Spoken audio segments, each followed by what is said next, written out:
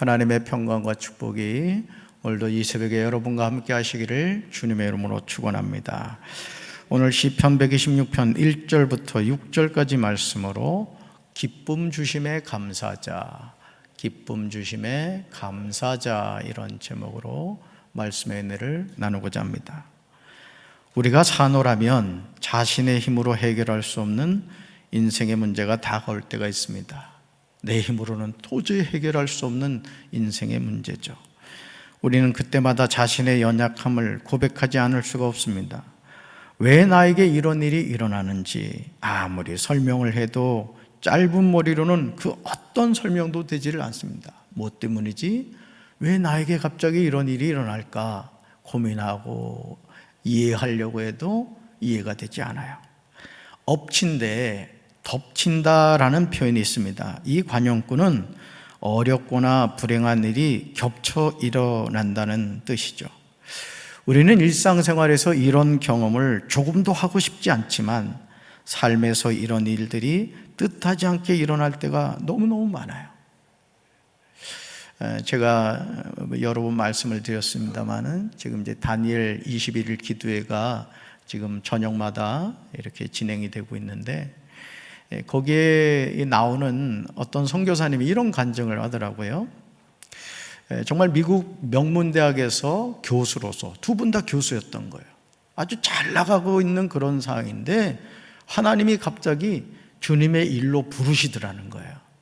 여러분, 교수라는 직업을 얻는다는 게 쉽지 않잖아요. 소위 말해서 그래도 성공한 인생의 가도를 달려가는 사람이 아닙니까? 근데 하나님이 부르시는 거예요. 놀라운 사실은 그 모든 것을 내려놓고 아주 저 아프리카 오지에 가서 이제 선교사로 이제 헌신을 한 거예요. 그럼 여러분, 하나님이 지켜주셔야 되지 않겠습니까? 근데 어느 날 남편이 그 사명을 감당하다가 죽은 거예요.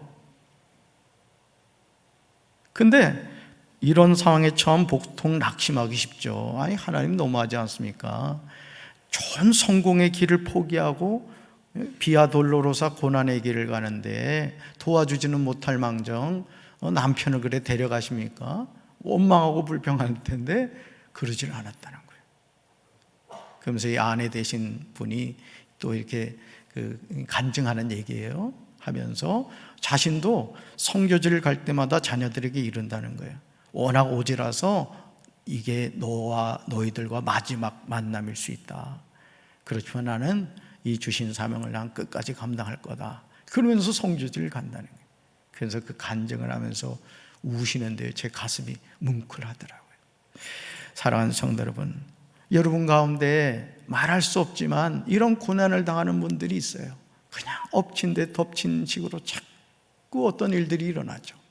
그러나 그럴 때마다 여러분, 눈물 나더라도 가슴이 아프더라도 쓰러지지 마시고 하나님의 손을 붙잡고 다시 일어나게 되시길 주님의 이름으로 축원합니다. 인생의 문제로 인하여 우리가 당황한다고 내 삶의 문제가 사라지는 건 아니에요. 문제를 바라보는 인생이 아니라 문제를 해결하시는 하나님 바라보시길 주님의 이름으로 축원합니다. 인도의 시인 타고르가 우리를 예찬하여 지은 동방의 등불은 1929년 타고르가 동아일보에 기고한 시입니다. 그러나 동방의 등불인 조선에는 문제가 많았어요. 하나님의 크신 은혜로 1885년 4월 5일 부활절 새벽 아펜젤러 목사 내외가 인천의 제물포항에 생명의 복음을 들고 찾아옵니다. 소망이 없는 동토에 복음을 들고 찾아온 거예요. 복음의 불모지인 조선에 빛이 임하였습니다. 아펜젤러 목사님은 소망이 보이지 않는 조선 땅을 위하여 하나님께 이렇게 기도했어요. 제목이요, 보이지 않는 조선의 마음입니다. 보이지 않는 조선의 마음. 한번 볼까요? 우리 한번 같이 읽어봅시다. 주여, 지금은 아무것도 보이지 않습니다. 주님, 메마르고 가난한 땅, 나무 한 그루 시원하게 자라 오르지 못하고 있는 이 땅에 저희들을 옮겨와 앉히셨습니다. 그 넓고 넓은 태평양을 건너왔는지 그 사실이 기적입니다. 주께서 붙잡아 뚝 떨어뜨려 놓으신 듯한 이곳, 지금은 아무것도 보이지 않습니다. 보이는 것은 고집스럽게 얼룩진 어둠뿐입니다. 어둠과 가난과 인습에 묶여있는 조선 사람뿐입니다. 그들은 왜 묶여있는지도 고통이라는 것도 모르고 있습니다. 의심부터 내고 화부터 냅니다. 조선 남자들의 속셈이 보이지를 않습니다. 이 나라 조정의 내심도 보이지 않습니다. 가마를 타고 있는 여자들을 영영 볼 기회가 없으면 어쩌나 합니다. 조선의 마음이 보이지를 않습니다. 그러나 주님 순종하겠습니다. 겸손하게 순종할 때 주께서 일을 시작하시고 그 하시는 일을 우리들의 영적인 눈이 볼 수 있는 날이 있을 줄 믿나이다. 믿음은 바라는 것들의 실상이요 보이지 못하는 것들의 증거라고 하신 말씀을 따라 조선의 믿음의 앞날을 볼 수 있게 될 것을 믿습니다. 지금은 우리가 황무지 위에 맨손으로 서 있는 것 같사오나 지금은 우리가 서양 귀신 양기자라고 손가락질 받고 있사오나 저들이 우리 영혼과 하나인 것을 깨닫고 하늘나라의 한 백성 한 자녀임을 알고 눈물로 기뻐할 날이 있음을 믿나이다. 지금은 예배드릴 예배당도 없고 학교도 없고 그저 경계와 의심과 멸시와 천대함이 가득한 곳이지만 이곳이 못지않아 은총의 땅이 되리라는 것을 믿습니다. 주여 오직 제 믿음을 붙잡아 주소서. 사나 죽으나 오직 그리스도의 영광을 위하여. 아멘. 조선의 마음이 보이질 않습니다. 조선의 믿음의 앞날을 볼 수 있게 될 것을 믿습니다. 지금은 예배드릴 예배당도 없고 학교도 없고 그저 경계와 의심과 멸시와 천대함이 가득한 곳이지만 머지않아 이곳이 은총의 땅이 되리라는 것을 믿습니다. 절망이 가득한 그 조선 땅을 들어오던 그 아펜젤러 목사님이 우리나라를 바라보면서 느꼈던 이 고백입니다. 아무것도 없는 조선 땅에 선교사로 왔던 아펜젤러가 기도하는 내용이 여러분 감동적이지 않습니까? 그저 경계와 의심과 멸시와 천대함만이 가득한 곳이지만 이곳이 머지않아 은총의 땅이 되리라는 것을 믿는다는 기도의 내용은 우리 가슴을 먹먹하게 합니다. 은총의 땅이 됐어요, 안 됐어요? 됐잖아요. 아무것도 없네. 나라를 빼앗겨 정말 아무것도 없는 우리나라가 하나님의 은혜로 이만큼 되었죠. 대한제국 융이 4년인 1910년에 우리나라는 한일합병조약을 통하여 대한제국의 통치권을 일본에게 넘겨주고 합병을 수락하고 말았습니다. 우리나라는 1910년부터 1945년까지 일제 나라를 빼앗기고 36년간 비참하게 살아야만 했습니다. 조국 대한민국이 일제로부터 광복을 맞이하리라고 믿은 사람은 아무도 없었습니다. 1년이 지나고 5년이 지나고 10년이 지나고 20년, 30년 되었을 때 이제 끝났구나. 우리나라는 완전히 역사 속으로 사라졌구나. 이렇게 생각했죠. 오죽하면 일제에 목숨을 걸고 항거하던 독립투사들 가운데 밀정이 생겼겠습니까? 이런 밀정이란 조국을 배신하고 일제에 돈을 받고 고급 정보를 팔아먹는 사람을 말합니다. 비록 눈에 보이는 나라는 일제에 강제로 빼앗겼지만 하나님이 보내신 선교사를 통하여 영적으로 깊은 잠에 빠져있던 조선 땅에는 생명의 복음이 심어진 거예요. 어떻게 보면 1885년 4월 5일 아펜젤라 선교사 4분을 이 조선 땅에 보내심으로 말미암아 너희가 나라를 빼앗기게 될 것이다. 그러나 나 하나님이 이 나라를 지켜갈 것이다. 마치 하나님이 우리가 백신 주사를 맞게 하듯이 그런 복음을 통하여 준비되게 하시고 그 고통의 때를 이겨내게 해 주신 줄로 믿습니다. 그 씨앗이 아주 미약하게 보였지만 겨자씨가 자라서 새가 나무에 앉듯이 그렇게 자라고 또 자라게 되었습니다. 우리가 잘 아는 비폭력 운동인 만세운동은 영적으로 잠들어 있는 조선 땅을 깨우는 외침이 되었습니다.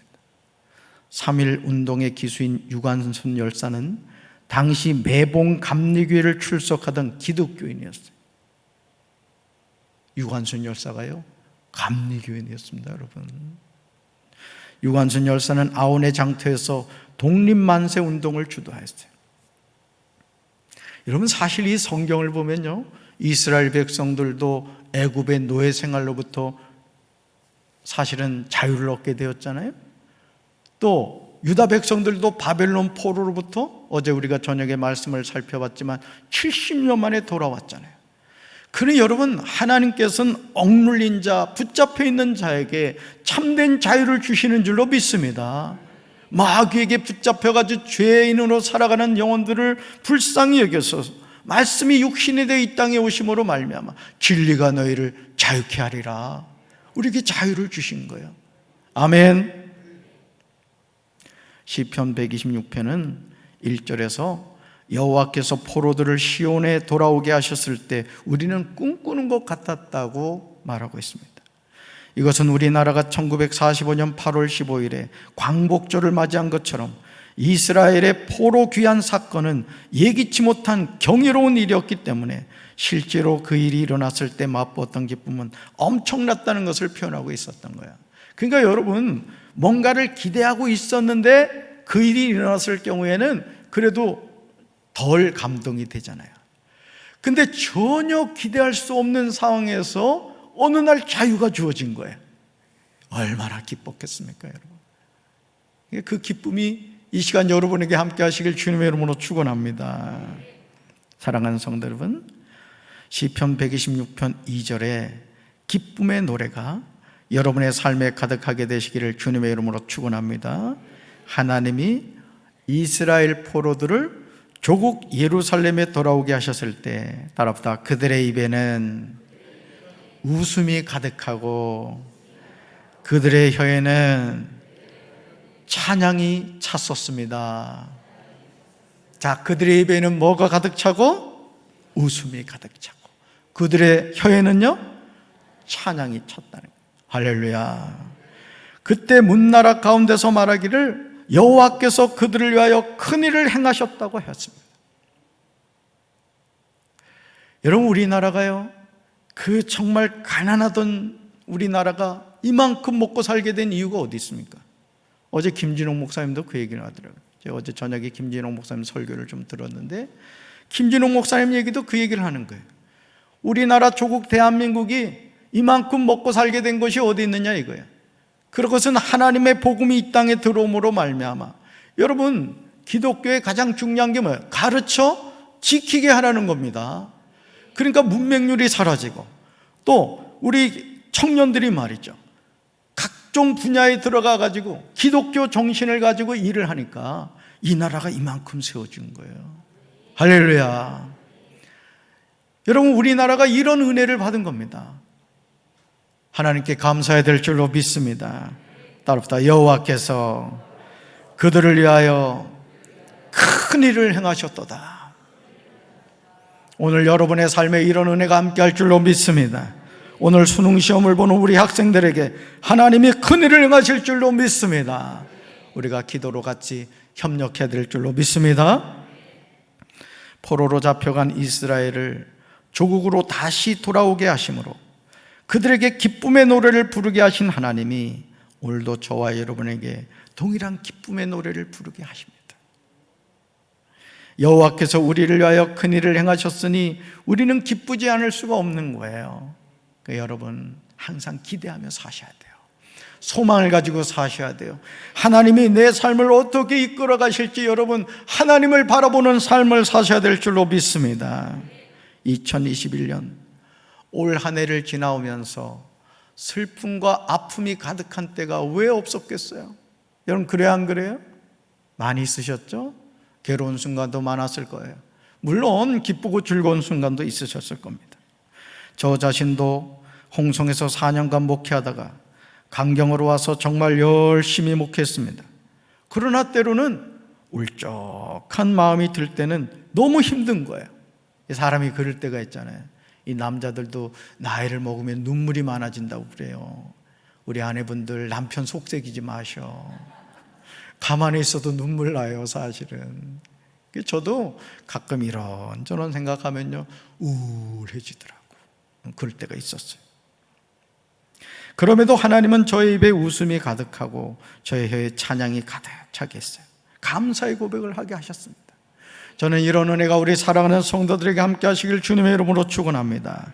우리나라가 일제 36년간 나라를 빼앗겼듯이 이스라엘 백성이 바벨론의 나라를 빼앗겨 70년간 포로 생활을 해야 했듯이 오늘 우리는 공중 권세를 잡은 마귀가 지배하는 이 세상에서 육신의 정욕과 안목의 정욕과 이생의 자랑의 노예가 되어 살아갑니다.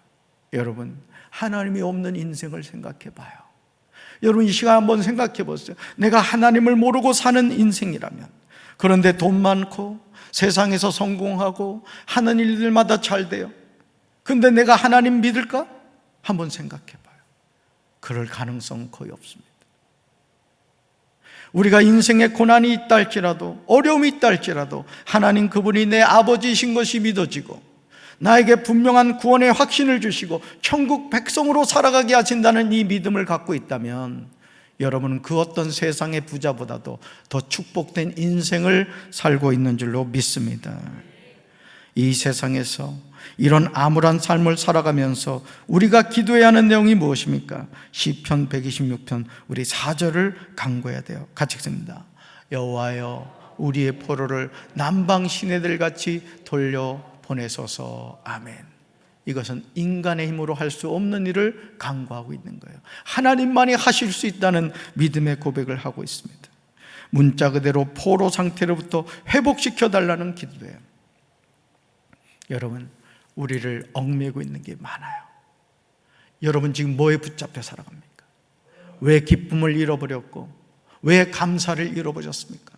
여러분의 인생을 붙잡고 있는 것이 무엇입니까? 그렇다면 이 시간 예수 그리스도의 이름으로 이 결박으로부터 자유함을 얻게 되길 주님의 이름으로 축원합니다. 그러면 이제 우리는 눈물을 흘리며 씨를 뿌리는 자가 되어야 돼요. 눈물을 흘리며 씨를 뿌려야 됩니다. 그렇게 할 때 우리는 기쁨으로 거두게 될 줄로 믿습니다. 오늘 우리 사랑하는 자녀들이 이제 수능 시험을 볼 겁니다. 초등학교까지 한다면 무려 12년 동안 열심히 공부한 것에 대한 수학을 거두는 때예요. 하나님 함께 하실 줄로 믿습니다. 힘들고 어려워도 믿음으로 울며 씨를 뿌리러 나가는 자가 되어야 돼요.